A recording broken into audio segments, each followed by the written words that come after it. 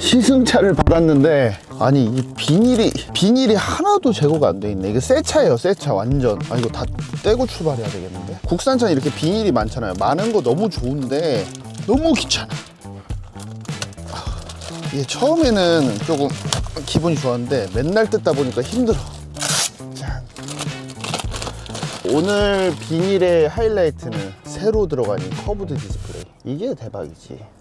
근데 이거 떼기가 쉽지가 않은데? 확실한 거는 이번에 K5 페이스리프트가 되면서 키가 너무 예뻐졌어요. 키 EV9 때부터 다 적용된 걸로 아는데 이 키가 들어가니까 너무 예뻐요. 뭔가 소개팅 할 때 키를 올려놔도 될 것 같아. 언제 뜯지? 비닐이 도대체 몇 개인 거야 이거? PPD 네, 안녕하세요. PPD입니다. 오늘 제가 시승할 차량은 바로 K5 페이스리프트의 하이브리드. 가장 많이 구매하신다는 바로 그 하이브리드 차량을 최초로 시승하게 됐습니다. 이 차량은 패밀리카로도 많이 사용을 하시긴 하지만 업무용으로 사용하시거나 아니면 혼자 타시는 분들이 많은 차이기 때문에 그래서 오늘은 저 혼자서 한번 시승을 즐겨보도록 하겠습니다. 페리전 모델보다는 확실히 좋아졌다고 하거든요. 한번 제가 느껴보도록 할게요. 일단 시동을 딱 키는 순간 어떠한 소음도 들리지 않습니다. 당연히 하이브리드이기 때문이죠. 바로 드라이브를 눌러서 어떻게 반응하는지 보겠습니다. 지금 영하의 온도인데도 불구하고 바로 엔진이 개입되진 않습니다. 진짜 조용하긴 하다. 아직도 개입을 안 하고 있어요. 시속이 10km 정도 넘어가니까 바로 엔진이 개입되긴 됩니다. 근데 우리나라 분들이 K5를 구매할 때 하이브리드를 가장 많이 구매하시긴 하지만 그래도 2.0L 가솔린 아니면 1.6L 가솔린 터보도 많이 구매하신단 말이죠. 근데 이 차량은 직렬 4기통 2.0L 가솔린 자연흡기 엔진에 바로 하이브리드 배터리까지 장착되어 있는 차량입니다. 그렇기 때문에 2.0L가 가지고 있었던 단점, 예를 들면 뭐 토크가 좀 낮다던가 아니면 연비가 안 좋다던가 이런 부분들을 많이 개선해 줄 수가 있는 거죠. 그러면 이 하이브리드를 정말로 사야 할까 말아야 할까 라는 고민들을 많이 가지고 계실 거예요. 그 이유는 아무래도 차 가격이 일단 기본 차량에 비해서 한 300만 원 정도 더 비싼 단점이 있잖아요. 근데 그만큼 연비가 월등히 좋다는 말이죠. 이 차량의 연비가 무려 16인치 휠 기준으로 19.8km/L예요. 그러니까 기존 자연흡기 엔진의 2.0L 가솔린 엔진보다는 연비가 한 6에서 7 정도 높기 때문에 세이브되는 유지 비용이 엄청나단 말이죠. 그렇기 때문에 어쩔 수 없이 이 차를 선택할 수밖에 없어요. 제가 1시간 동안 이 차량을 운전을 해볼 거거든요. 연비가 과연 얼마까지 올라가는지 한번 살펴보도록 할게요. 연비를 완벽하게 지금 리셋을 해놓은 상태에서 한번 승차감 같은 부분 어떻게 바뀌었는지 살펴보도록 하겠습니다. 기존 차량에 비해서는 확실히 좀 더 조용해진 느낌이 나요. 딱 타자마자 이 엔진이 개입되기 직전까지는 정말로 이거는 전기차다 라는 생각이 들 정도로 정말로 방음 방진에 많이 신경을 써줬습니다. 그 이유가 바로 2열에도 이중접합 차음유리가 들어가요. 그것뿐만 아니라 뭔가 문을 열고 닫았을 때도 그 깡통 같은 그 소리가 좀 많이 사라진 듯한 느낌이 들거든요. 그 말인즉슨 확실히 방음 방진에 신경을 많이 썼다. 왜냐면 페리전 K5를 딱 탔을 때 가장 큰 단점이 저는 그 소음이었어요. 엔진에서 오는 그 소음이 너무 커가지고 이거는 준형 세단이 아니라 준주정 세단을 타고 있다는 느낌까지 들 정도였어요. 그만큼 이 소음을 확실하게 차단하지 못한다면 고급스러운 승차감을 아무리 만든다고 해도 고급스럽게 느껴지지 않아요. 음식을 먹을 때도 오감을 자극한다고 그러잖아요. 맛도 중요하지만 눈도 중요하단 말이죠. 그만큼 이 차량도 마찬가지예요. 아무리 승차감을 제어를 잘했다고 한들 내가 듣는 소리가 별로면 승차감이 좋게 느껴지지 않는단 말이죠. 기아도 그거를 잘 알기 때문에 소음을 많이 차단했다는 걸 알 수가 있습니다. 하지만 이 차량은 풀옵션, 풀옵션 차량이기 때문에 18인치 휠이 들어가 있거든요. 근데 18인치 휠보다는 저는 만약에 하이브리드를 구매하실 분들이라면 연비가 좋고 승차감 면에서도 훨씬 좋은 16인치 추천드리고 싶어요. K5를 탄다고 누가 멋있다고 막 이렇게 보지 않잖아요. 실용적인 운전을 위해서 그냥 타는 차량이잖아요. 그렇기 때문에 저는 멋보다는 실용성 16인치를 선택하시는 게 맞다고 봐요. 일단 소음적으로는 많이 개선이 됐다고 보고 이 승차감에 있어서 엄청난 기술이 들어갔다고 하거든요. 근데 이거를 방지턱을 넘어가면 확실히 느낄 수 있다고 해요. 방지턱을 넘어가면서 차이를 확실하게 좀 설명을 드릴게요. 바로 넘어가 볼게요. 제가 여기 항상 넘는 방지턱인데 이 방지턱을 넘어갔을 때 와 너무나 부드럽다 이 정도는 아닌데 기존 거에 비하면 확실히 좀 더 부드럽게 넘어가는 듯한 느낌이 들어요. 한 번만 다시 넘어가 보도록 하겠습니다. 이번에도 큰 방지턱이에요. 이번엔 2번 연속. 좋아졌다. 확실히 좋아졌습니다. 이게 뭐가 좋아졌냐면 처음에 딱 넘어갔을 때는 뭐 비슷하게 넘어갈 수 있지만 착지하는 부분에서 뒷바퀴가 확실히 좀 부드럽게 떨어진다 라는 느낌이 들어요. 이번에 K5 페이스리프트 하이브리드에는 이 라이드 기술이 적용이 됐거든요. 저는 이게 얼마나 큰 차이가 있겠냐 라는 의구심이 있었어요. 이게 어떤 기술이냐면 모터를 이용해 가지고 과속 방지턱을 넘어갔을 때 운동 방향과 반대 방향의 관성력을 이용해 가지고 모터가 제어를 하는 거거든요. 근데 이 관성력을 제어한다는 게 어쨌든 바운드 되는 거를 리바운스를 좀 더 많이 해준다는 얘기잖아요. 이 리바운스가 전자적으로 개입을 해서 서스펜션을 좋게 만들어주는 건데 좋습니다. 확실히 일반적으로 바로 느껴져요. 일반 사람들은 뭐 승차감에 대해서 못 느낀다라고 얘기하시는 분들도 있는데 이거는 느껴질 정도로 방지턱을 넘어갔을 때 그 깡통처럼 탕 튀는 느낌이 전혀 없습니다. 하지만 우리가 생각하는 그랜저 아니면 뭐 제네시스급의 승차감 절대 아닙니다. 이 차량은 그냥 대형이 아니라 중형 세단이잖아요. 근데 오해하시는 분들이 있어요. 소나타가 훨씬 승차감이 좋다. 아닙니다. K5가 디자인이 스포티하기 때문에 그렇게 오해를 하시는데 이번에 나온 소나타 DH가 훨씬 좀 더 단단해요. 이 K5가 조금 더 부드러운 세팅을 가지고 있습니다. 그렇기 때문에 내가 뭔가 편안한 주행과 그리고 시내 주행이 많다 그러면 소나타 DH보다는 K5 이 페이스리프트 하이브리드 모델이 좀 더 괜찮으실 수 있을 것 같아요. 그리고 실내를 또 말씀을 안 드릴 수가 없는 게 이번 페리가 되면서 실내가 너무 많이 바뀌었잖아요. 가장 많이 바뀐 부분은 12.4인치 내비게이션이 들어간 커브드 디스플레이예요. 근데 너무나 감사하게도 12.3인치 이 디스플레이가 기본으로 적용이 된단 말이죠. 애프터블로우도 기본, CCNC 무선 소프트웨어까지 업그레이드가 기본으로 적용이 되고 기본으로 넣어준 거에서 이게 가장 마음에 들었어요. 1열 열선 통풍 없으면 안 되지. 우리나라는 지금 영하니까 열선 틀고 가니까 너무 따뜻합니다. 무조건 열선은 기본으로 들어가야 돼 내가 봤을 때.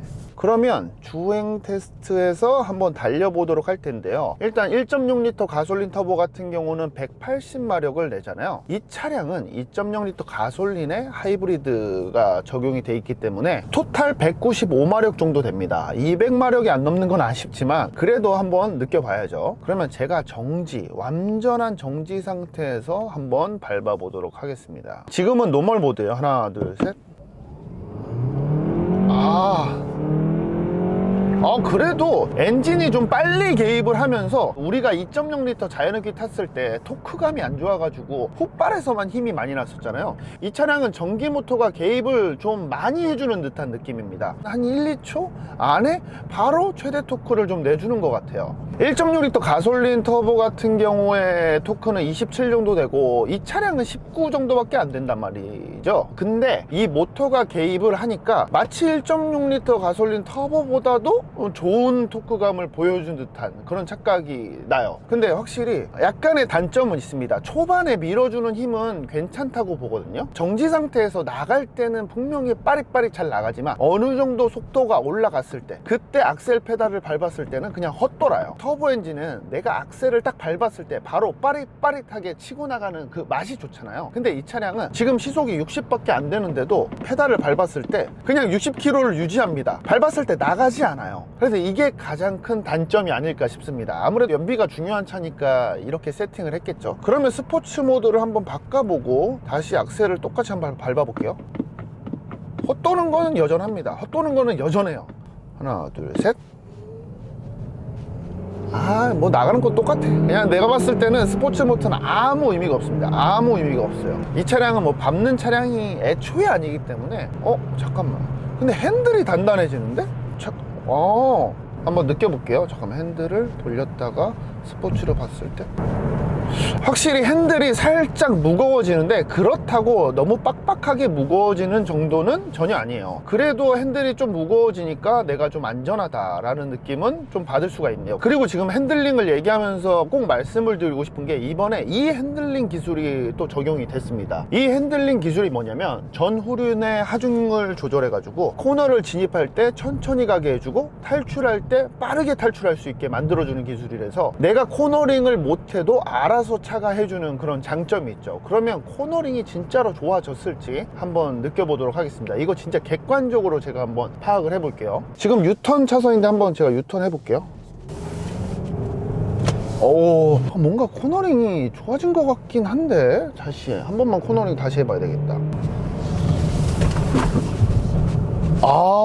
이게 코너를 딱 할 때 핸들이 단단해진다는 느낌이 딱 들어요. 이게 내 기분 탓이 아니라 실제로 그렇습니다. 그러니까 핸들이 딱 내가 감속을 하면서 움직이고 있다는 걸 얘가 판단을 하는 것 같아요. 이게 이 핸들링 기술인 것 같은데 이게 핸들이 딱 들어갔을 때 약간 그 가벼웠던 핸들을 묵직하게 해주면서 차가 뒤뚱거리지 않게끔 잡아주는 역할을 해주는 것 같습니다. 스포츠카를 타면 처음에 이런 노면 주행을 하거나 했을 때 너무나 핸들이 무거워가지고 팔에 알이 배길 정도거든요. 그 이유가 뭐냐면 그래야지만 핸들을 내가 원하는 방향대로 꽂을 수가 있단 말이죠. 그렇기 때문에 이 차량도 이 핸들을 조향할 때만큼은 좀 더 단단하게 만들면서 내가 원하는 방향으로 진입하고 탈출할 수 있게끔 만들어주는 기술인 것 같아요. 천천히 코너링을 했을 때는 느껴지지 않았거든요. 근데 어느 정도 일정 속도가 딱 넘어가면서 핸들링을 했을 때 그때 확실히 묵직해졌다는 느낌을 받을 수가 있었습니다. 그리고 이번에 차로 유지 보조도 기본으로 적용이 됐거든요. 제가 이거 핸들 조절까지 해가지고 어댑티브 크루즈 컨트롤 성능 실험해 보도록 하겠습니다. 왜냐면 이거 어댑티브를 좀 이용하시는 분들이 많을 거예요. 이게 장거리 이동이 좀 많은 차기 때문에 연비가 너무나 좋아가지고 장거리 이동하시는 분들이 많이 사시더라고요. 근데 일단은 이 오른쪽으로 어댑티브 크루즈 컨트롤이 위치해 있어가지고 이 부분은 조금 아쉬워요. 요즘에 왼쪽으로 많이 바뀌는 추세인데 이게 오른쪽에 있다 보니까 조금은 불편한 점이 있을 수 있어요. 페리다 보니까 이 스티어링 휠 자체를 바꾸진 않은 것 같아요. 소나타 같은 경우는 스티어링 휠의 디자인 자체도 바뀌었잖아요. 그래서 그 부분은 정말로 마음에 들었는데 K5는 스티어링 휠이 바뀌지 않았습니다. 이거는 단점으로 좀 꼽고 싶어요. 시속을 한 70에 맞춰놨고 주행을 하는데 이 어댑티브 크루즈 기술은 진짜 우리나라가 세계 한 2위는 하는 것 같아요. 진짜 잘 잡아줍니다. 핸들을 잡으라는 경고음이 한 20초 뒤에 나오는데 정전식 아니네. 감압식이네.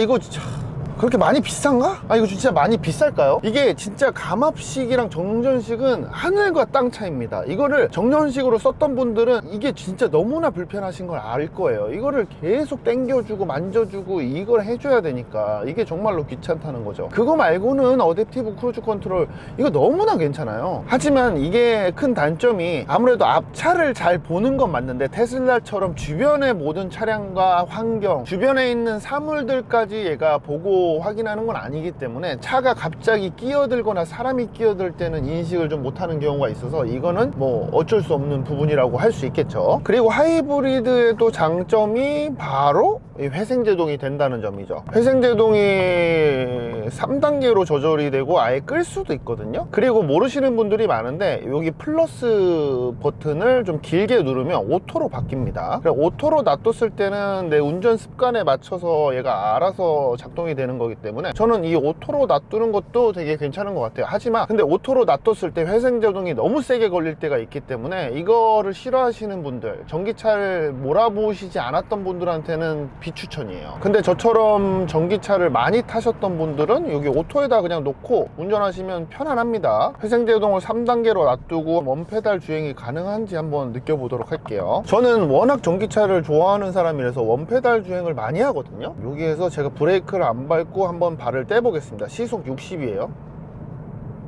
시속 50 바로 떨어지는 거 보니까 완전 전기차처럼 빡 멈춰주는 건 아니지만 그래도 이 친구 3단계가 전기차 회생제동 한 1단계 정도 느낌? 무슨 말씀이신지 알겠죠? 그만큼 회생제동을 아무리 세게 해도 그렇게 많이 세진 않다. 그냥 원페달 드라이빙을 이질감 없이 할 수 있는 장점이 있는 것 같아요. 이거 괜찮네. 제가 주행을 한 지 한 30분이 지났거든요. 연비가 10.7까지 올라갔습니다. 이게 지금 추운 날이라서 연비가 좀 덜 나오는 것도 있지만 일단 제가 엄청나게 밟았잖아요. 그런데도 불구하고 계속 쭉쭉쭉쭉 올라가고 있어요. 지금 너무 장점만 얘기하는데 단점은 당연히 존재하죠. 이게 6단 자동 미션이라 가지고 8단 들어가주면 연비가 훨씬 좋아졌을 텐데, 그렇다고 6단이라고 뭐 변속 충격이 느껴지거나 그런 건 전혀 없어요. 6단 미션을 워낙 잘 만들기 때문에. 근데 제가 주행을 계속 하는데 이 방지턱 넘어가는 게 진짜 예술이네. 이게 중형 SUV에서 나올 수 없는 승차감을 보여줘. 그러니까 진짜로 이 방지턱을 넘어가는 이 라이드 기술, 이게 진짜 핵심인 것 같아요. 다른 거는 뭐 기존과 별 차이 없어요. 뭐 사실 인테리어도 요거 조금 바뀌고 이거 조금 바뀌었지, 핸들 안 바뀌었지, 이런 버튼들 그대로지, 이 하이그로시 그대로지. 뭐 저는 솔직히 이 인테리어가 진짜 완벽하게 많이 바뀌었다라는 거는 인정할 수 없습니다. 똑같아요. 똑같아. 진짜 똑같아요. 이거 하나가 안 바뀌었다는 것 때문에 내가 오는 만족감이 그렇게 크지가 않아요.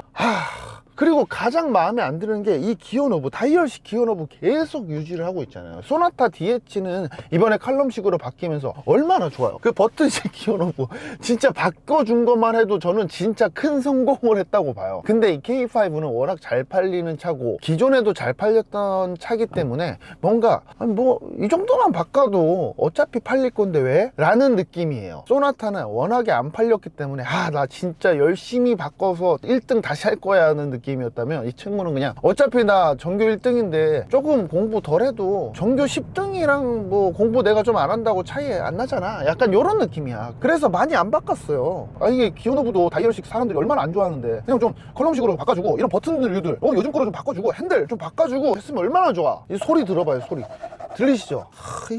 이 디자인만 이쁘면 뭐하냐고. 이 소재감도 좋아야지. 하지만 이 블랙 헤드라이너 이런 거는 또 마음에 들어요. 이 가죽 색깔 많이 여쭤보시는데 약간 붉은기의 가죽이거든요. 어떻게 보면 약간 그 쇼파에 들어가는 그런 가죽 색깔 있잖아요. 근데 이게 고급스럽다라고는 말 못하겠어요. 그냥 외관도 스포티해졌듯이 이 실내 컬러도 그냥 스포티해진 느낌이에요. 그래서 젊어진 느낌이지 고급스럽다라는 느낌은 전혀 없습니다. 내가 시승하면서 너무 기아차를 욕하나? 근데 이건 사실이니까. 마지막으로 가격에 대해서 꼭 얘기를 해드리고 싶었는데요. 이 하이브리드 모델은 세제 혜택을 적용한 다음에는 3,183만원에서 3,811만원까지 포진을 하고 있어요. 만약에 풀옵션을 적용하면 4,200만원까지 올라가는 차입니다. 페리 전 모델에 비해서는 진짜로 많이 비싸진 거예요. 뭐 한 200에서 400만원까지도 비싸졌는데, 근데 기본으로 적용을 해주는 게 많잖아요. 그렇다고 한들 좀 더 비싼 것 같아요. 요즘 같은 시대에 세단 많이 안 사잖아요. 이런 상황에서는 한 100에서 200만원만 올려줬으면 어땠을까라는 좀 아쉬움은 분명히 존재합니다. 그럼에도 불구하고 저는 하이브리드를 추천해 드릴 것 같아요. 왜냐하면 연비 차이가 너무 많이 나. 그리고 승차감 면에서도 월등히 좋습니다. 그냥 이 라이드, 이 핸들링, 그리고 배터리가 하단에 들어가 있으니까 무게 중심이 밑에 있잖아요. 그래서 훨씬 승차감이 좋게 느껴집니다. 근데